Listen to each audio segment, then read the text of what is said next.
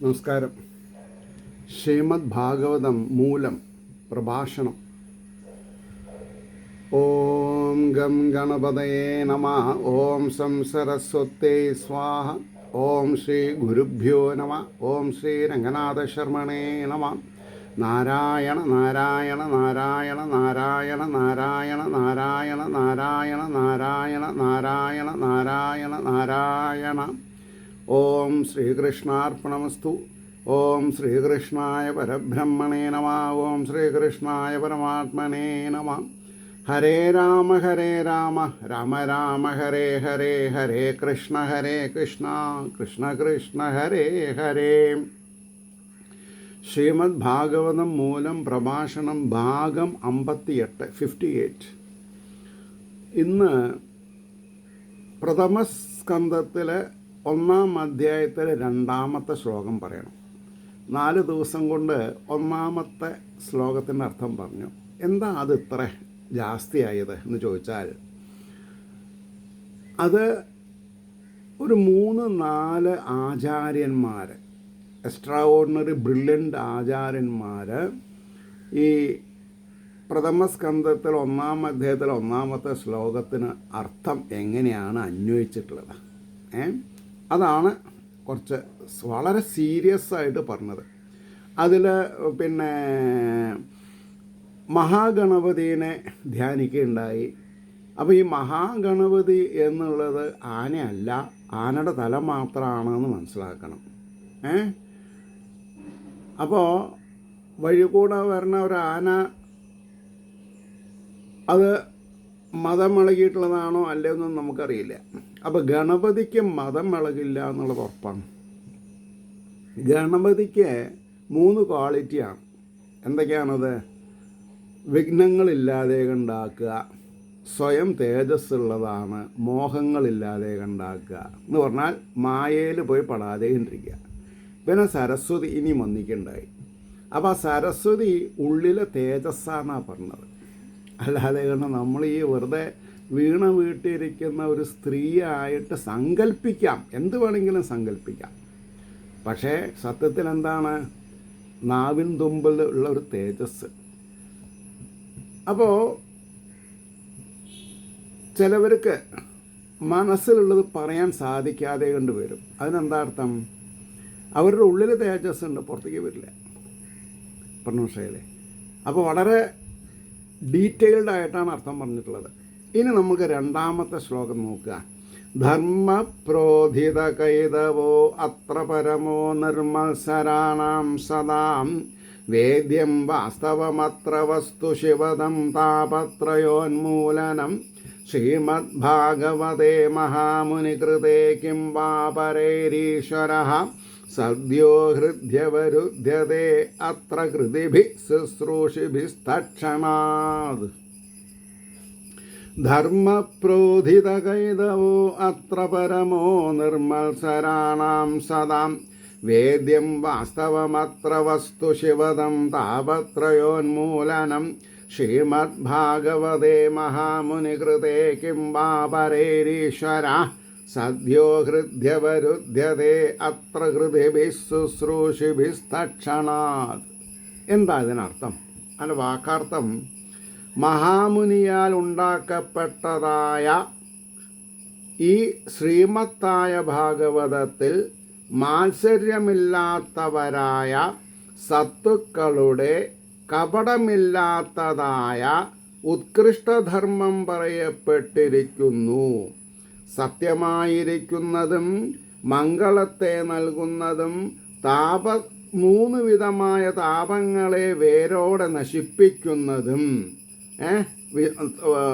പിന്നെ 3 തരം താപങ്ങളെയും 3 വിധമായ താപങ്ങളെയും വേരോടെ നശിപ്പിക്കുന്നതുമായ തത്വം ഇതിൽ അറിയപ്പെടുവാൻ യോഗ്യം. മറ്റുള്ളവയാൽ എന്തു ഫലം? അതായത് ഈ 3 വിധമായ താപങ്ങളെ വേരോടെ പിഴുതെറിയാൻ സാധിക്കാത്തതായ എന്തും വായിച്ചിട്ട് കാര്യമില്ല. അതുകൊണ്ടാണ് ഭാഗവതം പഠിക്കണം എന്ന് പറയാൻ കാരണം. പുണ്യവാന്മാരായ കേൾപ്പാൻ ആഗ്രഹിക്കുന്ന ജനങ്ങളാൽ, കേൾപ്പാൻ ആഗ്രഹമുള്ളവർക്ക് ഇത് പറഞ്ഞ് കേൾക്കാൻ പാടുള്ളൂ. അപ്പോൾ പിന്നെ എനിക്കൊരു നിയോഗമുണ്ട്, ഞാൻ അതുകൊണ്ട് പറഞ്ഞു എന്ന് മാത്രം. മനസ്സിൽ ഈശ്വരൻ പെട്ടെന്ന് അവരോധിക്കപ്പെടുന്നു. അതായത് എല്ലാ ജീവജാലങ്ങളിലും ഈശ്വരൻ ചൈതന്യവത്തായിട്ടുണ്ട്. പക്ഷേ അവരോധിക്കുക എന്ന് പറഞ്ഞാൽ എന്താ? നമ്മളായിട്ട് തന്നെ പ്രതിഷ്ഠ നടത്തണം. അതിന് തന്ത്രീനെ വിളിച്ചിട്ട് കാര്യമില്ല. ഭാഗവതം ബ്രാഹ്മണ ക്ഷത്ര വൈശ്യ ശൂദ്ര പുരുഷ സ്ത്രീ നപുംസക ഭേദമില്ലാണ്ട് അവരവർ വായിച്ച് അവരവരുടെ മനസ്സിൽ അവരോധിക്കണം. പറഞ്ഞത് മനസ്സിലായോ എന്ന് എനിക്കറിയില്ല. അവരവർ വായിച്ച് മനസ്സിൽ അവരോധിക്കണം. അല്ലാണ്ട് സ്റ്റേജിൽ വെച്ചിട്ട് ഇരിക്കുന്ന ആചാര്യനെ അല്ലെങ്കിൽ സ്റ്റേജിൽ വെച്ചിട്ടുള്ള ഫോട്ടോനെ, വിഗ്രഹത്തിനെ, അതിപ്പോൾ പ്ലാസ്റ്റർ ഓഫ് പാരീസ് ഉണ്ടാക്കിയതാണെങ്കിലും ശരി, അല്ലെങ്കിൽ 200 കോടി രൂപയുടെ നവരത്നങ്ങൾ പതിച്ചിട്ടുള്ളതാണെങ്കിലും ശരി, അതുകൊണ്ട് കാര്യമില്ല. അവരവരുടെ മനസ്സിൽ അവരോധിക്കണം. അല്ലെങ്കിൽ ഇപ്പോൾ ഈ രണ്ടാമത്തെ ശ്ലോകം വളരെ ഡീറ്റെയിൽ ആയിട്ട് ഇത്രയൊന്നും പറയേണ്ട ആവശ്യമില്ല. അപ്പോൾ പറയണു, മുനിമാരിൽ ശ്രേഷ്ഠനായ വ്യാസമഹർഷിയാൽ ഉണ്ടാക്കപ്പെട്ട ഈ ശ്രീമദ് ഭാഗവതത്തിൽ മത്സരം മുതലായ ദോഷവൃത്തികൾ തീരെ നശിച്ച് പരമശുദ്ധമായ സത്തുക്കൾ, ആരാ സത്തുക്കള്? ജ്ഞാനികള്, ഭഗവാനോടൊന്നും ചോദിക്കാത്തവരെന്നർത്ഥം, അനുഷ്ഠിക്കുന്നതും ഫലകാംക്ഷയില്ലാത്തതുമായ, അത് അണ്ടർലൈൻ ചെയ്യണം, ഫലകാംക്ഷയില്ലാത്തതാണ്. ഫലം ചോദിച്ചാൽ അത് ഭാഗവതത്തിന് സഹമത്തല്ല, ആക്സെപ്റ്റബിൾ അല്ല. അപ്പോൾ ഇനി നിങ്ങൾക്ക് തീരുമാനിക്കാം, ഭാഗവതം പഠിക്കുന്നവർക്ക് ഭഗവാന്റെ കൃപ ഉണ്ടാവണമെങ്കിൽ അങ്ങോട്ടൊന്നും ചോദിക്കരുത്. എത്ര ആളുണ്ട്? നിങ്ങളൊന്ന് കൈപ്പൊക്കൂ. അതുകൊണ്ട് ഫലകാംക്ഷയില്ലാത്തതുമായ ഭക്തിമാർഗസ്വരൂപമായ ധർമ്മം പ്രതിപാദിക്കപ്പെട്ടിരിക്കുന്നു. അപ്പോൾ ഏതാ ധർമ്മം?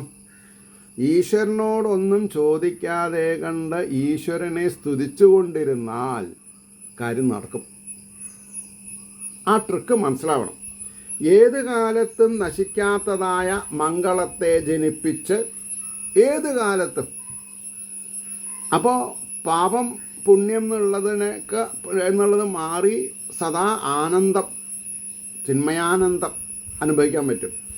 അപ്പോൾ ഏത് കാലത്തും നശിക്കാത്തതായ മംഗളത്തെ ജനിപ്പിച്ച്, ആ ജനിപ്പിക്കണം. എവിടെ ജനിപ്പിക്കേണ്ടത്? അവരവരുടെ മനസ്സിൽ. ആര് ജനിപ്പിക്കണം? അവരവർ ജനിപ്പിക്കണം. ഗുരു ഒരു വഴി കാണിച്ചു തരുന്നു മാത്രം. ആ വഴിക്ക് സഞ്ചരിക്കേണ്ടതാരാ? ഭക്തന്മാർ, ശിഷ്യന്മാർ. അപ്പോൾ ആധ്യാത്മികം, ആദിദൈവികം, ആദിഭൗതികം എന്ന 3 വിധ ദുഃഖങ്ങളെയും, അതായത് പ്രകൃതിയിൽ നിന്നുണ്ടാവണത്, അവരവരുടെ കെടുകാര്യങ്ങളിൽ നിന്നുണ്ടാവുന്നത്, പിന്നെ ഈശ്വരനായിട്ടുണ്ടാവും. എന്താ ഈശ്വരനായിട്ടുണ്ടാക്കണത് എന്ന് പറഞ്ഞിട്ടുണ്ടെങ്കിൽ പ്രകൃതിയിൽ നിന്നുണ്ടാവണതെന്നർത്ഥം. അപ്പോൾ ദുഃഖങ്ങളുടെയും മൂലകാരണമായ എന്താ ഈ ത്രിവിധമായ ദുഃഖം, ഈ ആദിഭൗതികം എന്നൊക്കെ പറഞ്ഞിട്ടുണ്ടായല്ലോ. അതിന് കാരണം എന്താ? അഹങ്കാരഗ്രന്ഥി എന്ന് പറയും. ഭഗവാൻ നമ്മളെ രക്ഷപ്പെടുത്തണമെന്നുണ്ടെങ്കിൽ ആദ്യം നമ്മൾ അഹങ്കാരമില്ലായ്മ ചെയ്യും. അപ്പോൾ നമ്മൾ സങ്കടപ്പെട്ടിട്ട് കാര്യമില്ല. നമ്മൾക്ക് ഏതാ കൂടുതൽ ആഗ്രഹം? വീടാണോ? വീട് നശിപ്പിക്കും. സ്വത്താണോ? സ്വത്ത് നശിപ്പിക്കും. മക്കളോടാണോ? മക്കളുടെ ആയുസ് ഉണ്ടാവില്ല.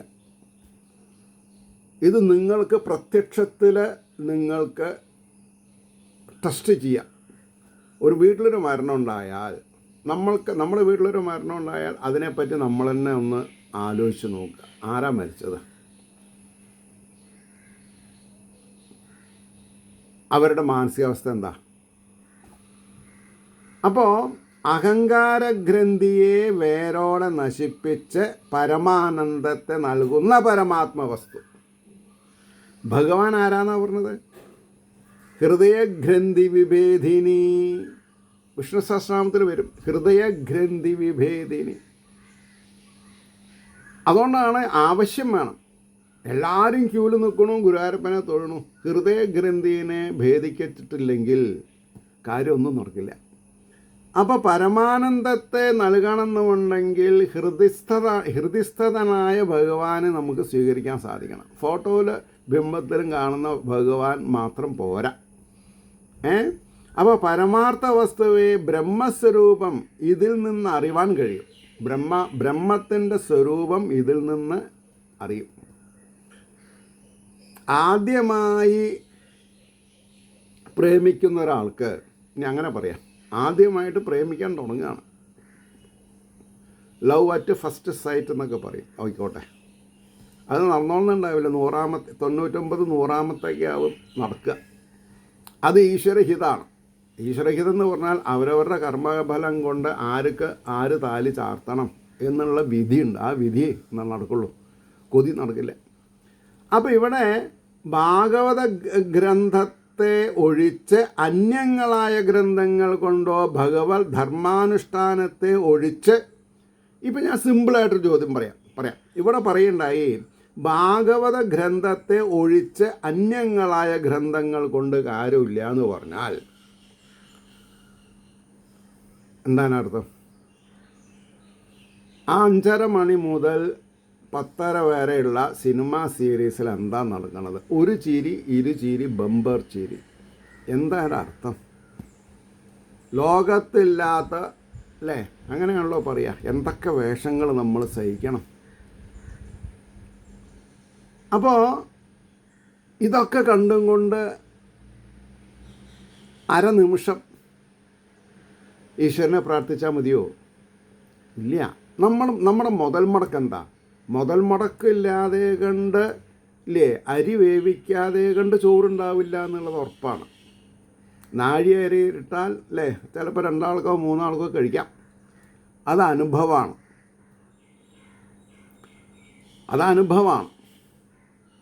എത്ര അരി വെച്ചാൽ എത്ര ചോറുണ്ടാവും എന്നറിയാത്തവർ, അല്ലെങ്കിൽ ഹോട്ടലിൽ നിന്ന് മാത്രം വാങ്ങി ആഹാരം കഴിക്കുന്ന ആൾക്കാർക്കുടെ വീട്ടിൽ എന്താ സ്ഥിതി പറയൂ? ഒരു നേരം കറണ്ടില്ല,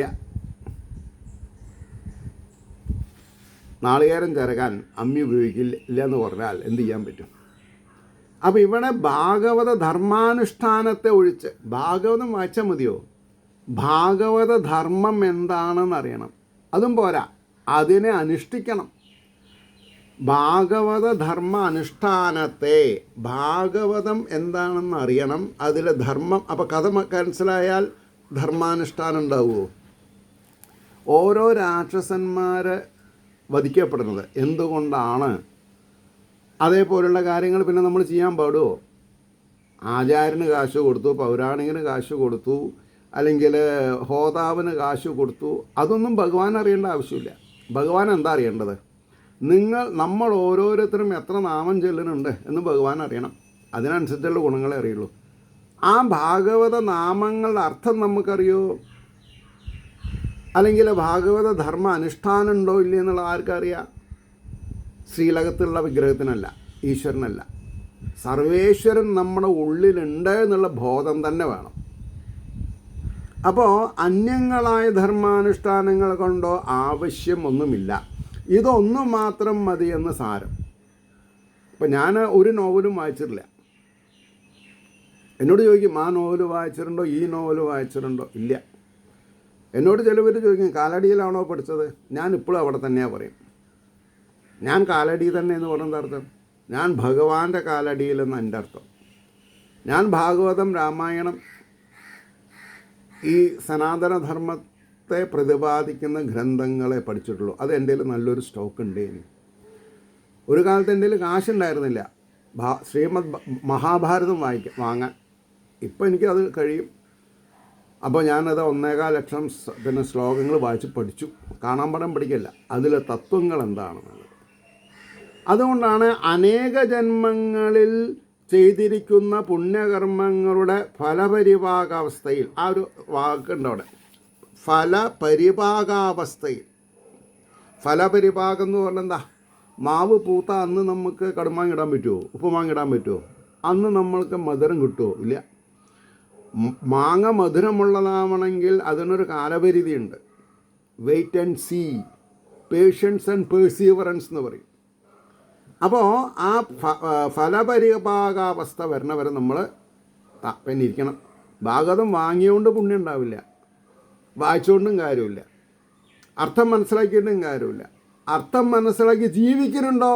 തീർച്ചയായിട്ടും. അതിനാണ് ഫലപരിഭാഗാവസ്ഥ എന്ന് പറയുന്നത്. മാത്രം ഭാഗവത ശ്രവണ താല്പര്യമുണ്ടാകുന്ന, അപ്പം എന്തുണ്ടാവും? ഭാഗവത ശ്രവണ താല്പര്യമുണ്ടായാൽ ജനങ്ങളുടെ ഹൃദയത്തിൽ ഈശ്വരൻ സുസ്ഥിരമായി വസിക്കുന്നു. എന്താ അങ്ങനെ പറയാണ്? ഈശ്വരൻ ബാലാഗ്രശതഭാഗസ് വിസ്തരസ്വേഗോ ജീവ, ഈശ്വരൻ വസിക്കുന്നുണ്ട്. എൻ്റെ ഉള്ളിൽ ഈശ്വരൻ വസിക്കുന്നുണ്ടെന്ന് അറിഞ്ഞാൽ പിന്നെ ഞാനെന്തിനാ ക്യൂവിൽ നിന്ന് തൊഴണത്? ആരേനെയാ തൊഴണത്? അവരവർക്ക് ചോദിക്കാം. ഇപ്പോൾ നമ്മൾ ഇന്നിപ്പോൾ ഏകദേശം ഇനി 2-3 ദിവസം കൂടെ ഉള്ളൂ കർക്കിടക മാസം. എന്തൊക്കെ നമ്മൾ വായിച്ച് യൂട്യൂബിൽ ഇട്ടിട്ടുണ്ട്, അല്ലെങ്കിൽ വാട്സപ്പിൽ ഇട്ടിട്ടുണ്ട്. അതിൻ്റെ അർത്ഥം നമുക്ക് എത്ര ആൾക്കറിയാം? എത്ര വർഷം നമ്മൾ രാമായണം വായിച്ചു? ഒരു പ്രോവർബനുണ്ട്, രാമായണം 6 പ്രാവശ്യം വായിച്ചിട്ടും രാമനക്ക് സീത എപ്പോഴും ചോദിച്ചു അത്ര നേർ പെങ്ങളാണ് പറഞ്ഞു എന്നാ. അപ്പോൾ അതിന് പല കാരണങ്ങളുണ്ട്. പെങ്ങന്മാരെങ്ങനെ നശിച്ചാലും രാമന് യാതൊരു പ്രശ്നവുമില്ലാതാ. അതവർ പ്രാക്ടിക്കലായിട്ട് അവരവരുടെ ജീവിതത്തിൽ നിന്ന്, സമൂഹത്തിൽ നിന്ന് കണ്ടുപിടിച്ചിട്ടാണ് പറഞ്ഞത്. പെങ്ങളെന്ന് പറഞ്ഞ സഹോദരിയാണെന്നും, സഹോദരി എന്ന് പറഞ്ഞിട്ടുണ്ടെങ്കിൽ ഒരു ഉദരത്തിൽ നിന്ന് വന്നിട്ടുള്ളവരാണെന്നും, അവർ കശപിശ കൂടാൻ പാടില്ല എന്നും, അതിൽ ഒരാൾ ധനവാനായി വേറൊരാൾ നിർധനനാവുമ്പോൾ ധനവാനായിട്ടുള്ളവൻ നിർധനൻ ആയവരെ ചവിട്ടിത്തേക്കരുതെന്നുള്ള പൊരുൾ മനസ്സിലാക്കിയാലല്ലേ ജീവിതത്തിൽ ശാന്തി സമാധാനം ഉണ്ടാവുള്ളൂ. അപ്പോൾ അപ്പോൾ പറഞ്ഞു പിന്നെ ഈശ്വരൻ സുസ്ഥിരമായി വസിക്കുന്നു. അവിടെയാണ് സ്ഥിരപ്രജ്ഞ, സ്ഥിതപ്രജ്ഞ. പ്രജ്ഞ എന്ന് പറഞ്ഞാൽ ബോധം. എന്ത് ബോധം? ഞാൻ കാലഹരണപ്പെട്ടു പോകുന്നതിൻ്റെ മുമ്പ് പുനരഭിജനനത്തിനുള്ള കാമനക്രിയകൾ ചെയ്തിട്ടില്ലാതിരിക്കണം. എന്താ അങ്ങനെ പറയാൻ കാരണം? എനിക്ക് എൻ്റെ വീട് വിട്ടു പോകാൻ പാടില്ല എന്ന് ഞാൻ മനസ്സിലാക്കിയാൽ, ഞാൻ മരിച്ചാൽ ആ വീട്ടിലൊരു നായ പൂച്ചയായിട്ട് വരും. അപ്പോൾ ഞാനാണ് നായും പൂച്ചയായിട്ട് വന്നുള്ളതെന്ന് അവർക്കറിയില്ല. അവരാട്ടി ഓടിക്കും, തല്ലും, പുറംകാലം കൊണ്ട് തല്ലും. ഇത് കൊള്ളാനാണോ നമ്മൾ ആഗ്രഹിക്കുന്നത്? ഈ ആയുസ് എന്നുള്ളത് ഒരു ദിവസം കൂടി നീട്ടിക്കിട്ടില്ല, ഒരു ദിവസം കുറയ്ക്കാനും പറ്റില്ല. അപ്പം എന്ത് വേണം? ജനിക്കാതെ കണ്ടിരിക്കാൻ ഈ പറഞ്ഞ ത്രിവിധമായ ദുഃഖങ്ങൾ ഒഴിവാക്കി ഹൃദയഗ്രന്ഥി ഭേദിച്ച് ഈശ്വരമായ അവസ്ഥയിലേക്ക് നമ്മൾക്ക് ട്രാൻസ്ഫോം ചെയ്യാൻ സാധിക്കണം. അതിനാണ് തുര്യാവസ്ഥ, സമാധി അവസ്ഥ, മുക്താവസ്ഥ എന്നൊക്കെ പറയും. അപ്പോൾ ഇതിൽ അധികരിച്ച് ലഭിക്കേണ്ടതൊന്നുമില്ലാത്തതിനാൽ ശ്രീ മഹാഭാഗവത ശ്രവണം ഒന്ന് തന്നെ പരമപുരുഷാർത്ഥത്തെ നൽകുവാൻ സമർത്ഥമായിരിക്കുന്നു എന്ന് നമ്മൾ മനസ്സിലാക്കി കഴിഞ്ഞാൽ, ഹരേ രാമ രാമ രാമ ഹരേ ഹരേ, ഹരേ കൃഷ്ണ കൃഷ്ണ കൃഷ്ണ ഹരേ ഹരേ എന്നുള്ളത് കലിസന്ധരണ ഉപനിഷത്താണെന്ന് ഞാനിപ്പോൾ ഈ എപ്പിസോഡുകൾ തുടങ്ങിയിട്ട് 100 പ്രാവശ്യം പറഞ്ഞിട്ടുണ്ടാവും. പക്ഷേ ഒരു കുട്ടിയും അത് ശ്രദ്ധിച്ചിട്ടുണ്ടാവില്ല. ഞാൻ ഇനി വേറെ നാമൊന്നും ചെല്ലുന്നില്ല, ഞാൻ ഈ ഹരേരാമം മാത്രം ജപിക്കുന്നു എന്നുള്ളത് അത്ര ആൾക്ക് പറയാൻ പറ്റും. അപ്പോഴും നമ്മൾക്ക് അതരം മധുരം അത് ചെല്ലാണ്ടിരിക്കാൻ പറ്റില്ല. ശ്രീധർമ്മശാസ്താവ് ശനിയാഴ്ച ആയാൽ ശ്രീധർമ്മശാസ്താവ് വിരയും, വെള്ളിയാഴ്ചയാണെങ്കിൽ അത് ദുർഗാഷ്ടകമായിട്ട് മാറും, വ്യാഴാഴ്ചയാണെങ്കിൽ കൃഷ്ണാഷ്ടകമായി, തിങ്കളാഴ്ചയാണെങ്കിൽ ശിവാഷ്ടകായി, ചൊവ്വാഴ്ചയായ ഭദ്രകാളി അഷ്ടകായി. പിന്നെ എങ്ങനെ നമുക്ക് രക്ഷപ്പെടാൻ പറ്റുക? അപ്പോൾ ഇതൊന്നും വേണ്ടെന്നല്ല പറഞ്ഞത്. അപ്പോൾ ഈശ്വരൻ ആര്, ദേവീ ദേവന്മാരാര് എന്ന് നമ്മൾ ആദ്യം തിരിച്ചറിയണം. എന്നിട്ട് ജഗതീശ്വര ചൈതന്യത്തിനെയാണ് നമ്മൾ ബ്രഹ്മം എന്ന് പറയണത്. ആ ബ്രഹ്മം എൻ്റെ ഉള്ളിൽ തന്നെയാണ് എന്ന് മനസ്സിലാക്കി കഴിഞ്ഞാൽ ഈ വിഭ്രാന്തി ഒക്കെ നിൽക്കും. അപ്പോൾ രണ്ടാമത്തെ പദ്യത്തിൽ ഭാഗവത വൈഭവത്തെ പ്രകാശിപ്പിച്ചു. പക്ഷെ നമ്മൾക്ക് രണ്ടാമത്തെ പദ്യമൊക്കെ നമ്മൾ ഓടിച്ചു പോവും. നമ്മൾക്ക് എന്ത് നഷ്ടപ്പെട്ടണോ, ഭാഗവത വൈഭവം എന്താണെന്ന് അറിയണില്ല. ഭാഗവത ശാസ്ത്രം, ഈ ഭാഗവത ശാസ്ത്രമാണ് ഭക്തിഗ്രന്ഥമല്ല എന്നുള്ളത് എത്ര ആൾ മനസ്സിലാക്കിയിട്ടുണ്ട്? അപ്പോൾ ഭാഗവത ശാസ്ത്രം പ്രധാനമായി പ്രതിപാദിക്കുന്ന ശ്രീകൃഷ്ണ പാദാരവിന്ദ ഭക്തി. ശ്രീകൃഷ്ണ പാദാരവിന്ദ ഭക്തി ഉറച്ചു കഴിഞ്ഞാൽ പിന്നെ നമ്മൾ മുട്ടറക്കാൻ ഓടുമോ? മുട്ടറുത്താൽ മുട്ടുകൾ തീർന്നുണ്ടോ? ശങ്കരാചാര്യർ പറഞ്ഞിട്ടുണ്ടോ മുട്ടറുത്താൽ മുട്ടുകൾ തീരുന്ന്? പിന്നെ ആരാ അതിന് പ്രാതിനിധ്യം കൊടുത്തത്? കാര്യസാധ്യ പുഷ്പാഞ്ജലി ശങ്കരാചാര്യ പറഞ്ഞിട്ടില്ല. അപ്പോൾ ഇവിടെ പറയണു ശ്രീകൃഷ്ണ പാദാരവിന്ദ ഭക്തി യോഗപരമായിട്ടും അധ്വാനിക്കണം. ഇതിനെ ക്ലേശം കൂടാതെ വ്യാഖ്യാനിക്കുന്നത് സമുചിതമെന്ന് തോന്നുന്നതിനാൽ ആ അർത്ഥത്തെയും താഴെ കാണിക്കാം. അതിനർത്ഥം നമുക്ക് മനസ്സിലാക്കേണ്ട ആവശ്യം ഉണ്ടായിട്ടില്ല.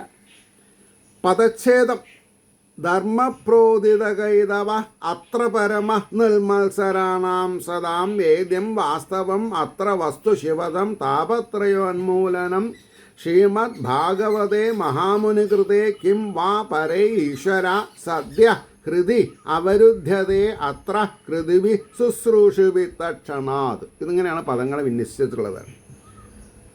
അപ്പോൾ അവിടെ അതിൻ്റെ അന്വയാർത്ഥം പറയുകയാണെങ്കിൽ മഹാമുനികൃതമായ ഭാഗവതത്തിൽ അത്ര പരമവും പ്രോധിതകൈതവുമായ ധർമ്മമുണ്ട്. എന്താ പ്രോധിതകൈതവം എന്ന് പറഞ്ഞാൽ? അതിനേക്കാൾ വലുത് വേറെ ഇല്ല എന്നർത്ഥം. ചുരുക്കത്തിൽ ഇതിൽ നിർമത്സരന്മാരായ സത്തുക്കൾ, മത്സരബുദ്ധി പാടില്ല.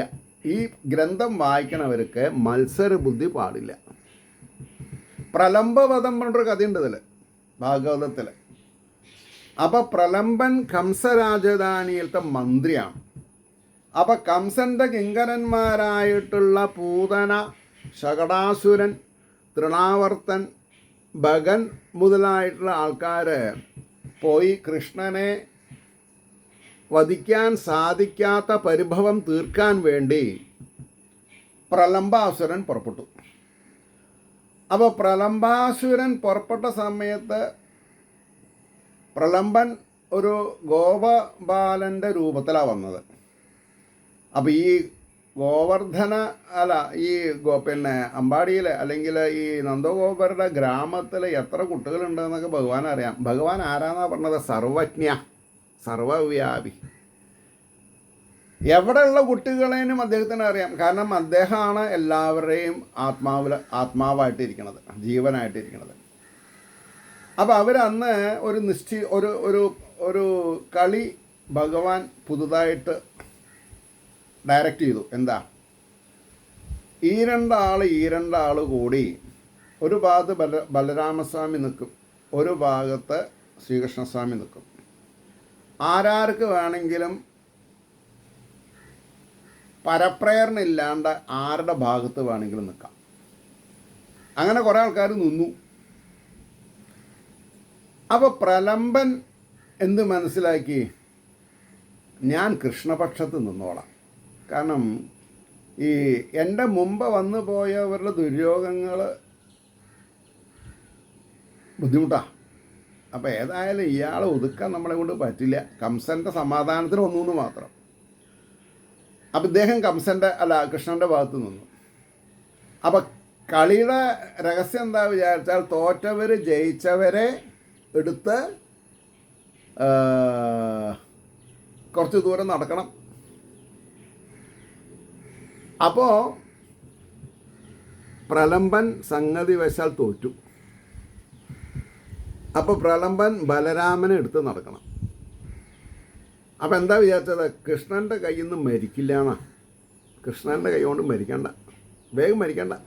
ബാക്കിയുള്ളവർക്ക് നിസ്സാരന്മാരാന്ന് ആര് വിചാരിച്ചു? പ്രലംബൻ വിചാരിച്ചു.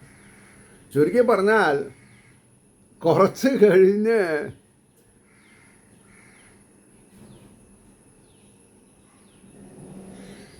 ബലരാമന് മനസ്സിലായി ഇതല്ല, എന്തോ ഒരു ചതിയുണ്ട്. അപ്പോൾ ഏത് വരെ ഏറ്റി നടക്കണം? അത് കഴിഞ്ഞിട്ട് ഇയാൾ ഓടാൻ തുടങ്ങി. അതായത് ആരും ഇല്ലാത്ത സ്ഥലത്ത് പോയിട്ട് ബലരാമനെ മുറിവാക്കണം, അല്ലെങ്കിൽ കൊല്ലണം. അപ്പോൾ ബലരാമന് വേറെ ആലോചിക്കേണ്ടെന്ന് വന്നില്ല. കൃഷ്ണൻ ചിലപ്പോൾ എനിക്ക് ഒരു ജയ് വിളിക്കാനുള്ള സന്ദർഭം ഉണ്ടാക്കി തന്നു പറഞ്ഞിട്ട് കൈ ചുരുട്ടിയിട്ട് ഒരു ഇടി കൊടുത്തു പ്രളമ്പൻ്റെ തലയിൽ. തല വളർന്ന് അയാൾ മരിച്ചു. ഇതാണ് കഥ. അപ്പം ഞാൻ മരിക്കണമെന്ന് വിചാരിച്ചാലും ഞാൻ മരിക്കില്ല, എന്നാൽ മരിക്കണ്ടെന്ന് ഞാൻ വിചാരിച്ചാലും ഞാൻ മരിക്കാതെണ്ടിരിക്കില്ല. അതൊക്കെ കർമ്മത്തിൻ്റെ പ്രതിഫലനാണ്. കർമ്മമാണ് ഇതൊക്കെ തീരുമാനിക്കുന്നത്. അപ്പോൾ കർമ്മഗ്രന്ഥി വിഭേദിച്ചാലോ സദാസമയത്തും ഈശ്വരനിൽ ലയിക്കാം. അപ്പം നിങ്ങൾക്ക് ചോദിക്കാം, ഭാര്യയും കുട്ടികളും അല്ലെങ്കിൽ ഭർത്താവും മക്കളൊക്കെ ആയിട്ടിരിക്കണവർക്ക് പറ്റുമോ? അത് പറ്റും. എങ്ങനെ പറ്റും? എന്ത് കർമ്മം ചെയ്യുകയാണെങ്കിലും അത് ഈശ്വരീയതയ്ക്ക് വേണ്ടിയിട്ട് എൻ്റെ കടമയാണ്, കടപ്പാടാണെന്ന് പറയേണ്ടത് ചെയ്യുക. ആ കർമ്മത്തിൽ നിന്ന് ഒന്നും നമ്മൾ പ്രതീക്ഷിക്കാതെ കൊണ്ടിരിക്കുക. അതിനാണ് ഈ നിഷ്കാമകർമ്മം എന്ന് പറഞ്ഞത്. നദിയിൽ നീന്താൻ അറിയാത്തവനും നീന്തിയിട്ടൊന്നും ആരും രക്ഷപ്പെട്ടില്ല. കടലിൽ പെട്ടവനും ഒഴുക്കിനനുസരിച്ച് കിടക്കുക, അത്രേ പറ്റില്ല. അവനെ വിജയിക്കുന്നുള്ളൂ. അല്ലാണ്ട് ഒഴുക്കിന് എതിരായിട്ട് നീന്തിയാൽ ക്ഷീണിച്ച് നമ്മൾ വശപ്പെടും. വശക്കേട് കൊണ്ട് നമ്മൾ താണു പോകും. അപ്പോൾ ഇവിടെ ഇതൊക്കെ എന്തുകൊണ്ടാണ് പറയാൻ കാരണം? നിർമത്സരന്മാർ മത്സരബുദ്ധി ഉണ്ടാവരുത് ജീവിതത്തിൽ. മത്സരബുദ്ധി ഉണ്ടായാൽ നാശം, വാശി നാശം എന്നുള്ളത് പറയാൻ കാരണം ഈ നിർമത്സരാണാം എന്നുള്ള അർത്ഥം പറഞ്ഞിട്ടാണ്. അപ്പോൾ സത്തുക്കൾക്ക് ശിവതവും, സാത്വിക ഗുണനിധികൾക്ക് ശിവതം എന്ന് പറഞ്ഞാൽ മംഗളാവസ്ഥ. താപത്രയോന്മൂലനം, പുത്രേഷണ ധാരേഷണ അർത്ഥേഷണ അതുണ്ടാവില്ല. ശ്രീമത്ത് എന്ന് പറഞ്ഞാൽ ഐശ്വര്യം കുമിഞ്ഞുകൂടും. വാസ്തവമായ വസ്തു വേദ്യമാകുന്നു, അറിവാകുന്നു. വേദം അറിവാണ്. വാസ്തവമായ വസ്തു വേദമാണ്, അറിവാണ്. പരങ്ങളാൽ ഈശ്വരൻ ഹൃത്തിൽ ഉടൻ തന്നെ അവരോധിക്കപ്പെടുന്നുണ്ടോ? യെസ്, ഹൃദയത്തിലുള്ളത് കൊണ്ടാണ് നമ്മൾക്ക് പ്രതികരിക്കാൻ സാധിക്കുന്നത്. നമ്മുടെ ഹൃദയത്തിൽ നിന്ന് ഈശ്വര ചൈതന്യം ഇറങ്ങിപ്പോയാൽ നമ്മൾ മരിച്ചു. പിന്നെ നമുക്ക് പ്രതികരണമില്ല, പിന്നെ ജന്മെടുക്കണം. അതെങ്ങനെയാണ്? പാപപുണ്യങ്ങൾ അനുഭവിക്കാൻ. അപ്പോൾ പാവം വേണ്ട, പുണ്യം വേണ്ട, ചെയ്യണ കർമ്മഫലം മുഴുവൻ ഈശ്വരന് കൊടുക്കുക. അപ്പോഴോ ഈശ്വരൻ എന്ത് ചെയ്യും? ധർമ്മ അർത്ഥ കാമ എന്നുള്ളത് കഴിഞ്ഞ് ബാക്കി നാലാമത്തെ മോക്ഷ സാങ്ഷനാക്കി, പിന്നെ ജനിക്കേണ്ടി വരുന്നില്ല. അപ്പോൾ ഹൃത്തിൽ ഉടൻ തന്നെ അവരോധിക്കപ്പെടുന്നുണ്ടോ? ഇല്ല എന്നാണ് പറഞ്ഞത്. കാരണം എന്താ? നമുക്ക് മനസ്സിലാവില്ല. നമ്മൾക്ക് മനസ്സിലാവണമെങ്കിൽ സകാരം വേണം, ആകാരം വേണം. അപ്പോൾ നിരാകാരത്തിനെ ആക്സെപ്റ്റ് ചെയ്താലേ ഇത് മനസ്സിലാവുള്ളൂ. അപ്പോൾ ഇതിൽ ശുശ്രൂഷകളായ കൃതികളാൽ തൽക്ഷണം തന്നെ ഈശ്വരൻ ഹൃത്തിൽ അവരോധിക്കപ്പെടുന്നു. അവരോധിക്കുക എന്ന് പറഞ്ഞാൽ പ്രതിഷ്ഠിക്കുക. സകാരത്തിൽ, നിരാകാരത്തിൽ തന്നെ പ്രതിഷ്ഠിക്കേണ്ട ആവശ്യമില്ല. ആവാഹനം എന്ന് പറഞ്ഞാൽ കൈ ഇങ്ങനെ മേലെ കാട്ടി നിരാകാരത്തിലുള്ള ചൈതന്യത്തിനെയാണ് ആവാഹിക്കണത്. ഇപ്പം അച്ഛനമ്മമാർ മരിച്ച് വർഷങ്ങളായാലും നമ്മൾ ആവാഹിക്കാതെ കണ്ടെന്നെ ഹൃദയത്തിൽ അവരെ പറ്റി സ്മരിച്ചാൽ നമ്മൾക്ക് ആർദ്രത വരണം, വേണ്ടേ? അപ്പം എന്താ ആവാഹനം എന്ന് പറഞ്ഞാൽ എന്താ അർത്ഥം? സ്മരിക്കുക എന്നർത്ഥം. അത് സാധാരണക്കാർക്ക് മനസ്സിലാവില്ല. അപ്പം അതിനൊരു മുദ്ര കാണിച്ചു എന്ന് മാത്രം. അപ്പം മുദ്രയില്ലെങ്കിലും ആവാഹനം നടക്കും. കുറച്ച് സങ്കീർണമായിട്ടുള്ള കാര്യങ്ങളാണ് പറഞ്ഞത്. ശ്രദ്ധിച്ചാൽ രക്ഷപ്പെടാം. അത് കഴിഞ്ഞ് പിന്നെ പിന്നെ അതെ, അപ്പോൾ അവരോധിക്കപ്പെടുന്നു എന്ന് പറഞ്ഞു. ഇനി വേറെയും സാരങ്ങൾ പറഞ്ഞിട്ടുണ്ട്. എന്താ? അതായത് പദങ്ങളുടെ അർത്ഥം. മൂന്നാമത്തെ ഇതിൻ്റെ പിന്നെ ശ്ലോകത്തിൻ്റെ അർത്ഥം, അതായത് മൂന്നാമത്തെ വരിയുടെ അർത്ഥം എന്താ? മഹാന്മാരായ നാരദാദി മുനിമാരാൽ പ്രവർത്തിക്കപ്പെട്ടത്, പ്രചാരത്തിൽ വരുത്തപ്പെട്ടത്, ഭഗവാനായ വിഷ്ണുവിനെ ഭജിക്കേണ്ടതായ ക്രമം, ഭക്തിയോഗം, അതായത് അത്രപന്മാർ, വാക്കിന് അത്രപന്മാർ എന്ന് പറഞ്ഞാൽ ത്രപയില്ലാത്തവർ, ലജ്ജിക്കാത്തവർ, രമിക്കുക എന്ന് പറഞ്ഞാൽ ആനന്ദിക്കുന്നത്. പക്ഷെ നമ്മൾ രമിക്കുക എന്ന് പറഞ്ഞാൽ അതിനെ തെറ്റായിട്ടൊരു അർത്ഥം പഠിച്ചിട്ടുള്ളത്. സ്ത്രീയോട് രമിക്കുക എന്ന് പറഞ്ഞാൽ സ്ത്രീയോട് ആനന്ദിക്കുക എന്നാണ്. പക്ഷേ ഇപ്പം നടക്കുന്നത് എന്താ? പൈശാചികമായിട്ടുള്ള ക്രൂരവിനോദമാണ് നടക്കുന്നത്. രമിക്കലില്ല, ഇപ്പോൾ ആനന്ദമില്ല. സത്യം, ഇന്ന് ഞങ്ങളുടെ അമ്പലത്തിൽ നടപുത്തിരിയ സത്യം. അല്ലെങ്കിൽ 8 മണിക്ക് നട അടയ്ക്കേണ്ടതാ. ഇപ്പം മണി അടിക്കണം, നിങ്ങൾ കേൾക്കണ്ടോ എനിക്കറിയില്ല. അപ്പം ഇവിടെ രമിക്കുക എന്ന് പറഞ്ഞാൽ ആനന്ദിക്കുക എന്നാണ്. സ്ത്രീ രമി. അപ്പം അഹം രാമോഹം എന്ന് പറഞ്ഞാൽ ആത്മാവിൽ രമിക്കുക എന്നാണ് അർത്ഥം. അപ്പോൾ സംസ്കൃതത്തിൽ ഒരേ പദത്തിന് പല അർത്ഥങ്ങളുണ്ട്. അപ്പോൾ പൈശാചികമായ ക്രൂരവിനോദമല്ല രമിക്കുക എന്ന് പറഞ്ഞാൽ, ആനന്ദിക്കുക എന്നാണ്. അപ്പോൾ ഇവിടെ ആനന്ദിക്കുന്നത് ഈ പ്രോധിത കൈതവം എന്ന് പറഞ്ഞിട്ടുണ്ടെങ്കിൽ വ്യാജം അല്പം പോലും ഇല്ലാത്തത് എന്നാണ്. കപടത ഇല്ലാത്തതിനാണ് പ്രോധിത കൈതവം. കൈതവം എന്ന് പറഞ്ഞാൽ നവം എന്നുള്ള അർത്ഥമുണ്ട്. കൈതവം, കൈവല്യം ആർക്കുള്ളതാ? കാപ്പട്ടില്ലാത്തവർക്ക്. അപ്പോൾ ഇത് ഭക്തിയോഗം. നിർമത്സരന്മാരെ, അസൂയ, മാത്സര്യം മുതലായ ദോഷങ്ങളില്ലാത്തവർ. സത്തുക്കളെന്ന് പറഞ്ഞാൽ സജ്ജനങ്ങൾ. ശിവതെന്ന് പറഞ്ഞാൽ ശിവത്തെ, മോക്ഷത്തെ നൽകുന്നത്. ശിവം ശിവകരം ശാന്തം. മോക്ഷം നമ്മുടെ കയ്യിലാണ്, ഭഗവാന്റെ കയ്യിലല്ല. നമ്മുടെ കയ്യിലുള്ള ഉത്സാഹം ലഭത്തെ കാര്യം. പ്രയത്നം ചെയ്താൽ എന്ത് കിട്ടും? മോക്ഷം കിട്ടും. അത് പറഞ്ഞാൽ കല്ലേറ്റിലാണോ പ്രയത്നം? അല്ല, ഭാഗവതം പഠിക്കലാണ് പ്രയത്നം. പ്രയത്നിച്ച് പഠിച്ചാലേ ഇത് പഠിക്കാൻ പറ്റുള്ളൂ. അപ്പോൾ താപത്രയോന്മൂലനം, 3 വിധത്തിലുള്ള ദുഃഖങ്ങളെ വേരറത്തു കളയുന്നത്. അതേതൊക്കെയാ? കാമം, ക്രോധം, ലോഭം.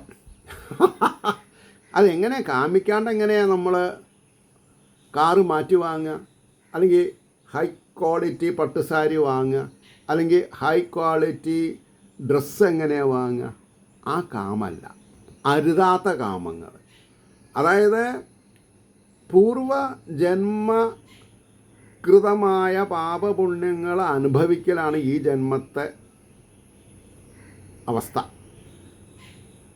അപ്പോൾ അത് മനസ്സിലാക്കി കഴിഞ്ഞാൽ ഇനി ജന്മം ഇല്ലാത്ത അവസ്ഥയെ പ്രാപിക്കണമെങ്കിൽ ഹൃദയഗ്രന്ഥിനെ ഭേദിക്കണം. അതിനാണ് ഈശ്വരീയ കഥകൾ, ഈശ്വരീയ തത്വശാസ്ത്രങ്ങൾ നമ്മൾ പഠിക്കണമെന്ന് പറയാൻ കാരണം. അപ്പോൾ കാമം, ക്രോധം, ലോഭം എന്ന 3 ദുഃഖത്തെ ജനിപ്പിക്കുന്നവയാകയാൽ ആ ദോഷങ്ങളെ തീർക്കുന്നത് ഏത്? സ്ത്രീയോടുകൂടിയത്, അതായത് രാധാസഹിതമായത്. ഈ രാധാസഹായം എന്നുള്ളത് ഭാഗവതത്തിൽ ആ വാക്ക് വന്നിട്ടില്ല, പക്ഷേ അർത്ഥം പറയാൻ അത് പറയാണ്ടിരിക്കാൻ പറ്റില്ല. രാധാസഹിതമായത് പ്രേമം. ആ പ്രേമം ശാരീരികമല്ല, ആധ്യാത്മികമാണ്. ഒരു കുഞ്ഞിനോടുള്ള പ്രേമം എന്ന് പറഞ്ഞാൽ കുഞ്ഞിനോടുള്ള ശാരീരിക ആസക്തിയാണോ? അല്ല. അപ്പോൾ ആ വാക്ക് തെറ്റിയിട്ടില്ല, പക്ഷേ അർത്ഥം കാണിക്കണത് തെറ്റി അല്ലേ? ഞാൻ നിൻ്റെ ബെസ്റ്റ് ഫ്രണ്ടാണ് എന്ന് പറയണതും ഞാൻ നിൻ്റെ ശരീരത്തെ കാമിക്കണമെന്ന് പറഞ്ഞാൽ ഇല്ലേ, ശരിക്കും മനസ്സിലാക്കിയിട്ടുണ്ടെങ്കിൽ തല്ലുകൊണ്ട് പല്ലു പോവും. അപ്പോൾ ഇതൊക്കെ ഒരു 8, 10, 12 ആവിർഭവിന്, അതായത് ബാബുക്കുട്ടൻ പറഞ്ഞിട്ടൊരു പയ്യൻ മലയാളത്തിൽ കേമനായി. അത് കഴിഞ്ഞിട്ട് സോണി ടി വിയിൽ ഒരു ഹിന്ദി എന്താണ് പറയുക റിയാലിറ്റി ഷോയിൽ പോയിട്ട് ഫസ്റ്റ് വാങ്ങി. അപ്പോൾ ഇന്ന് കാലത്തോണം അറിയില്ല, ഞാൻ അയാളുടെ ഒരു വാട്സപ്പ് കണ്ടു. എനിക്ക് ഭയങ്കര രസമായിട്ട് തോന്നി. വാട്സപ്പ് വെച്ചാൽ യൂട്യൂബ് ചാനൽ. അയാളുടെ ശരിക്കുള്ള ഗുരു അയാളുടെ ചേച്ചിയാണ്. ചേച്ചി നന്നായിട്ട് പാടും, ഗംഭീരമായിട്ട്. അപ്പോൾ ഒരു ഇൻ്റർവ്യൂവിൽ മേജർ റിവ്യൂട്ട് ചോദിക്കുകയാണ് ആ കുട്ടിയോട്, നമുക്ക് എങ്ങനെ ഈ ഫീലിംഗ് ഉണ്ടാവണത് എന്ന്. അപ്പോൾ ഈ ബാബുക്കോട്ടൻ്റെ ചേച്ചി പറയാണ്, ഇവൻ്റെ പ്രായത്തിൽ, ഇപ്പം എൻ്റെ പ്രായത്തിൽ തന്നെ എനിക്ക് പറയാൻ പറ്റില്ല ഈ ഫീല് എങ്ങനെയാണെന്നുള്ളത്. പക്ഷെ കുറേയൊക്കെ ഞാൻ നിങ്ങൾക്ക് മനസ്സിലാവുന്ന രീതിയിൽ പറഞ്ഞുതരാം. കാരണം ആ കുട്ടിയും പ്രായപൂർത്തിയായിട്ടില്ല. അപ്പോൾ ഞാൻ ഇവനൊരു ചോക്ലേറ്റ് കൊടുത്തു. അപ്പോൾ അവനെന്ത് ഫീലിംഗ് ഉണ്ടാവുക? സന്തോഷം. അത് ഞാൻ തട്ടിപ്പറിച്ചു, അവനെന്ത് ഫീലിംഗ് ഉണ്ടാവുക? ദേഷ്യം. പറഞ്ഞ മനസ്സിലുണ്ടോ? ഇങ്ങനെ അവൻ്റെ രീതിയിലുള്ള ഉദാഹരണങ്ങൾ ഞാൻ പറഞ്ഞ് മനസ്സിലാക്കിയിട്ടാണ് പാട്ടിൻ്റെ ഫീലിംഗ് പഠിപ്പിക്കണതെന്ന് പറഞ്ഞ കുട്ടി. എനിക്ക് സത്യം പറഞ്ഞാൽ ഞാൻ മനസ്സുകൊണ്ട് നമസ്കരിച്ചു ആ കുട്ടീനെ. പാട്ട് പറഞ്ഞ ബാബുക്കുട്ടനല്ല, അവൻ്റെ സഹോദരീനെ. ആ കുട്ടിയും അത്ര, എനിക്ക് തോന്നുന്നത് ഒരു 10-12 വയസ്സായിട്ടുള്ളൂ. അപ്പോൾ ഈ 7 വയസ്സായ കുട്ടിക്ക് ഈ പാട്ടിൻ്റെ ഫീലിംഗ്, അതായത് പിന്നെ വലിയ ഹീറോയിനും കൂടി തുണിയില്ലാതെ കണ്ട് ചുറ്റിത്തിരിയണ പാട്ടൊക്കെയാണ് ഇവർ പാടണത്. എല്ലാം ഒരേ മാതിരിയുള്ളതല്ല, റൊമാൻറ്റിക്. അതിൻ്റെ ഫീലിംഗാണ് ഈ 10-12 വയസ്സായിട്ടുള്ള കുട്ടി 7 വയസ്സായിട്ടുള്ള കുട്ടിക്ക് പറഞ്ഞു കൊടുക്കുന്നത്. അപ്പോൾ അതൊരു ആർട്ടാണ്. അപ്പോൾ ഇവിടെ പറഞ്ഞത് രാധാസഹിതമായത് ഏത് ശ്രീമത്ത് എന്ന് പറഞ്ഞാൽ, അപ്പോൾ വാസ്തവം എന്ന് പറഞ്ഞാൽ സത്യം, വസ്തു എന്ന് പറഞ്ഞാൽ തത്വം. വസ്തു എന്ന് പറഞ്ഞാൽ തത്വം, അല്ലാണ്ട് കല്ല് മണ്ണ് എന്നുള്ള അർത്ഥത്തിലല്ല. വസ്തു, തത്വം. കൃഷ്ണൻ എന്ന് സാരം. കൃഷ്ണൻ എന്തിൻ്റെ പ്രതീകമാണ്? തത്വങ്ങളുടെ പ്രതീകമാണ്. അപ്പോൾ വേദ്യം എന്ന് പറഞ്ഞാൽ അറിയപ്പെടുവാൻ കഴിയുന്നത്, പരങ്ങൾ എന്ന് പറഞ്ഞാൽ ഇതരങ്ങൾ. അപ്പോൾ ഭക്തിയോഗത്തിൽ നിന്ന് അന്യങ്ങളായ കർമ്മയോഗം, ധ്യാനയോഗം മുതലായവ. അപ്പോൾ ഭക്തിയോഗവും കർമ്മയോഗവും ധ്യാനയോഗവും ഒന്നാണോ? അല്ല. ഇപ്പോൾ ഹോമങ്ങളൊക്കെ ചെയ്ത്, അല്ലെങ്കിൽ ഹോമങ്ങൾ, അതേമാതിരി യാഗങ്ങൾ ഒക്കെ കർമ്മത്തിലാണ്. കുചേലൻ അശ്വമേധയാഗം ചെയ്തിട്ടില്ല, രാജസൂയം ചെയ്തിട്ടില്ല. പക്ഷേ അദ്ദേഹം ഭക്തനാണ്. ഏത് തരത്തിലുള്ള ഭക്തൻ? കറകളഞ്ഞ ഭക്തൻ. അപ്പോൾ ഏത് ഡിറ്റർജൻ്റ് അയാൾ ഉപയോഗിക്കുന്നത്? കൃഷ്ണ കൃഷ്ണ കൃഷ്ണ കൃഷ്ണ. കൃഷ്ണ എന്ന് പറഞ്ഞാൽ അതിൻ്റെ വാക്കിനർത്ഥം കർഷിക്കുന്നവൻ എന്നാണ്, ഒരയ്ക്കുക എന്നർത്ഥം. ഒരു വസ്തു സ്വർണ്ണമാണോ എന്നറിയാൻ ഉരച്ച് മനസ്സിലാക്കുന്നൊരു കാര്യം ഉണ്ടായിരുന്നു. ഇപ്പോൾ പ്യൂരിറ്റി ജഡ്ജ് ചെയ്യുന്ന മെഷീൻസ് ഉണ്ട്. നമ്മുടെ വസ്തു അത് ഇട്ടാൽ ആ വസ്തുവിൽ എഴുതി കാണിക്കും, ഇതിൽ ചെമ്പ് എത്രയുണ്ട്, വേറെ ഇതിൻ്റെ ഇംപ്യൂരിറ്റി എത്രയുണ്ട്, പ്യൂരിറ്റി എത്രയുണ്ട് എന്ന്. അപ്പം ഭക്തിയോഗത്തിൽ നിന്ന് അന്യങ്ങളായ കർമ്മയോഗം, ധ്യാനയോഗം മുതലായവ. അപ്പം ഈശ്വരൻ എന്ന് പറഞ്ഞ ഇവിടെ അർത്ഥം പറഞ്ഞു കഴിഞ്ഞു, പരമാത്മാവ്. ഇത് നമ്മൾ ഭാഗവതത്തിൽ പഠിപ്പിക്കില്ല, സപ്താഹത്തിൽ പഠിപ്പിക്കില്ല. എന്താ കാരണം? സപ്താഹം നടക്കണത് എന്തിനാ? സപ്താഹം നടത്തുന്നത് എന്തിനാ? സപ്താഹത്തിന് ആചാര്യനാവണത് എന്തിനാ? സപ്താഹത്തിന് പൗരാണികനാവണത് എന്തിനാ? സപ്താഹത്തിന് ഹോതാവാവുന്നത് എന്തിനാ? ഉദരം ഭരിക്കാൻ എന്നർത്ഥം പറഞ്ഞാൽ ഭാഗവതം ഉദരംബരികളായിട്ട് എന്നെ നിങ്ങൾ ക്രയവിക്രയം ചെയ്യരുതെന്ന് എഴുതിയിട്ടുണ്ട്. അപ്പോൾ അത് നല്ല ഗുരുനാഥൻ, ആചാര്യനൊരു ഗുരുനാഥൻ ഉണ്ടാവണം. ആ ഗുരുനാഥൻ്റെ വിസ്മയപ്രകടനം, അതായത് വിസ്മയം എന്ന് പറഞ്ഞാൽ ആകാംക്ഷാഭരിതമായിട്ടുള്ള തത്വശാസ്ത്രങ്ങൾ എങ്ങനെയാണ് ശിഷ്യന് ഹൃദ്യസ്ഥമാവേണ്ടത് എന്ന് അനുഗ്രഹിക്കാൻ കഴിവുള്ള ഒരാൾക്ക് മാത്രമേ ഇതിൻ്റെ ശരിയായ വാസ്തവികത നമ്മൾക്ക് പറഞ്ഞ് മനസ്സിലാക്കാൻ സാധിക്കും. അപ്പോൾ ഈശ്വരൻ എന്ന് പറഞ്ഞ പരമാത്മാവ്, അല്ലാണ്ട് വിഗ്രഹം എന്നല്ല. നമ്മൾക്ക് വിഗ്രഹം ഇല്ലെങ്കിൽ ഈശ്വരനെ കാണാൻ പറ്റുക. നമ്മൾക്ക് ആ അവസ്ഥ മാറ്റിയെടുത്താൽ മാത്രമേ നമുക്ക് രക്ഷയുള്ളൂ. അപ്പോൾ ഹൃത്ത് എന്ന് പറഞ്ഞാൽ ഹൃദയം, അവരോധിക്കുക എന്ന് പറഞ്ഞാൽ നിലപ്പെടുത്തുക, നിശ്ചയിക്കുക എന്നർത്ഥം. അപ്പോൾ ഈസിയാണ്, നിശ്ചയിക്കാൻ ഈസിയാണ്. ഉള്ളിൽ ആളുണ്ട്, സംശയമാണ്. ആ സംശയം നിവാകരിച്ചാൽ അവരോധിച്ചു കഴിഞ്ഞു. അപ്പോൾ ശുശ്രൂഷുക്കൾ, കേൾപ്പാൻ ആഗ്രഹമുള്ളവൻ, അല്ലാണ്ട് കയ്യും കാലും തലോടല്ല. ഇപ്പം അതാണ് നടക്കണത്. ഈ ശുശ്രൂഷുക്കൾ എന്ന് പറഞ്ഞാൽ അല്ലേ, കേൾപ്പാൻ ആഗ്രഹമുള്ളത് എന്നുള്ള അർത്ഥം എല്ലാറ്റിലും വരുന്നില്ലല്ലോ. എന്താ രുക്മിണി സ്വയംവരം എന്നുള്ളതിൻ്റെ ശുശ്രൂഷുക്കൾ എന്ന് പറഞ്ഞാൽ ജീവാത്മാവ് ഈ എന്താ പറയുക, കർമ്മേന്ദ്രിയങ്ങളും ജ്ഞാനേന്ദ്രിയങ്ങളുമാകുന്ന അഞ്ച് കർമ്മേന്ദ്രിയങ്ങൾ, 5 ജ്ഞാനേന്ദ്രിയങ്ങളാണ്. അതിന് വഴിപ്പെട്ടിട്ട്